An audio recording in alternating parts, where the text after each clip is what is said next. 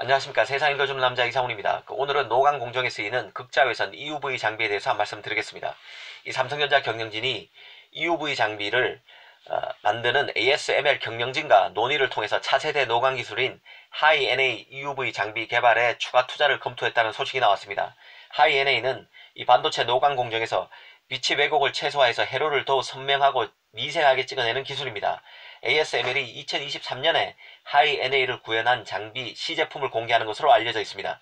2023년보다 1년 앞선 2022년이면 삼성이나 TSMC가 3나노 칩 양산을 목표로 삼고 있는 해입니다. 그러니까 2023년이면 3나노 칩이 본격적으로 나오는 시점으로 볼 수 있습니다. 명실공히 TSMC와 삼성 파운드리가 1위를 놓고 치열하게 붙는 시점입니다. 그 시점에 나오는 차세대 노광 장비인 하이-NA 투자권을 논의했다니 관심이 가지 않을 수 없는데요. 이참에 노광 기술 진화를 살펴보는 것도 의미 있을 것 같습니다.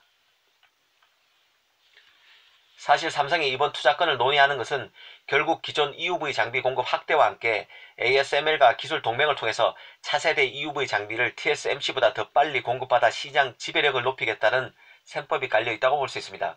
이 독점적 지위를 누리고 있는 ASML 입장에서도 이 막대한 비용을 수반하는 차세대 노광 장비를 개발하려면 투자가 필요합니다. 하이-NA EUV의 경우 장비 한 대 가격이 4천억 원에서 5천억 원 가량 합니다. EUV가 1,500억에서 2천억 정도이니 2배가 훨씬 넘습니다. 이 반도체 한 개 라인에 들어가는 노광 장비가 10대 정도라는 점에서 만약 하이-NA EUV 장비로만 그 라인 전체를 깐다면 5천억 곱하기 10 하면 5조 원 정도가 든다는 얘기입니다. 참 어마어마한 비용이 아닐 수 없습니다. 그럼 여기서 노광 기술 변천사를 한번 보겠습니다. 노광 공정이란 반도체의 원재료인 웨이퍼의 회로를 그리는 공정입니다. 여기서 패터닝이라는 용어가 나오는데요. 이 패터닝은 말 그대로 반도체 표면 위에 2차원 혹은 3차원 구조로 아주 작은 각종 패턴을 새겨 넣는 것을 뜻합니다. 이 패터닝은 학교 다닐 때 해봤던 그 석판화와 원리가 비슷한데요. 이 석판화에서는 아라비아 고무 용액 같은 특수한 용액을 특정 기판에 뿌리고 그 위에 직사각형 형태의 체에 원하는 밑그림을 그린 후 햇빛에 노출시켜 원하는 그림이 그대로 아라비아 고무 용액에 전사되게끔 하는 구조입니다. 이 반도체 공정의 패터닝도 이와 크게 다르지 않는데요. 이 감광액 역할을 하는 포토레지스트와 햇빛 역할을 하는 특정 파장의 강원이 필요합니다. 이때 그 반도체 공정에서는 아주 작은 범위의 파장을 사용하기 때문에 레이저 강원이나 플라즈마 발광 같은 특수한 강원이 필요합니다. 그 패터닝에서 선폭은 패터닝에 활용하는 강원에 따라 달라지는데요.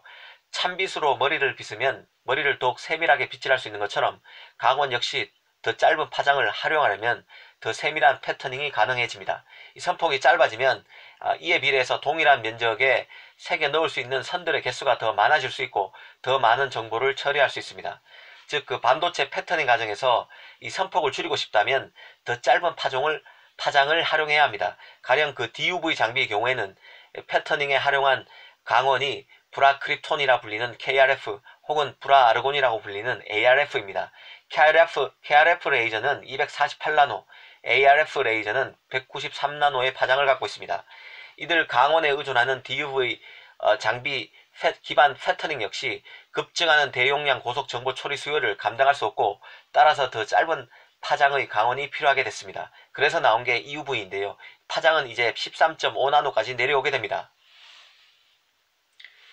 앞서 말씀드렸던 DUV 장비를 쓰게 되면 그 회로를 그리는 노광 공정을 2번에서 4번 나눠서 하는 더블 패터닝, 쿼드러플 패터닝을 사용할 수밖에 없습니다. 이 세밀한 패터닝이 어렵기 때문인데요. 하지만 10나노대까지 미세 공정이 가능해집니다. 다만 과거 한 번에 수행했던 공정을 2번에서 4번으로 나눠서 하고 있기 때문에 생산성이 줄어들고 비용이 크게 늘어날 수밖에 없습니다.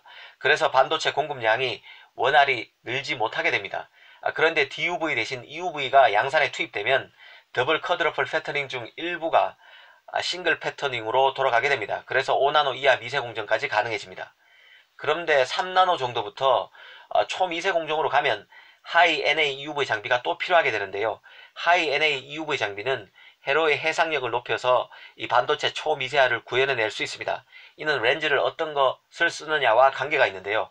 어찌됐든 5나노 이하 3나노까지 가게 되면 그 안에서도 멀티 패터닝이 불가피한데 그런데 하이-NA EUV를 활용하면 다시 싱글 패터닝으로 가능해질 수 있습니다. 생산성이 더 좋아진다는 얘기죠. 이 사람들이 잘 못 느끼고 있지만 스텔스 전투기인 F-35A 해당 가격이 대당 가격이 대략 1000억 원입니다. 여기에 옵션을 붙이면 1500억 정도 하는데요. 옵션 붙인 스텔스 전투기가 EUV 장대 한 대 가격과 같다는 뜻입니다. 그런데 차세대 EUV인 하이-NA EUV는 옵션을 붙인 스텔스 세대 가격과 같습니다. 다시 말하면 EUV 시대에는 기본적으로 투자 비용이 엄청나게 커지고 그 결과 반도체 재료, 설계, 장비 기여도도 커집니다. 그래서 삼성이 EUV 장비 그리고 차세대 EUV 장비를 경쟁사보다 공격적으로 확보하는 게 중요할 수밖에 없습니다. 오늘 이 시간에는 노광 기술의 변천에 대해서 살펴봤습니다. 감사합니다.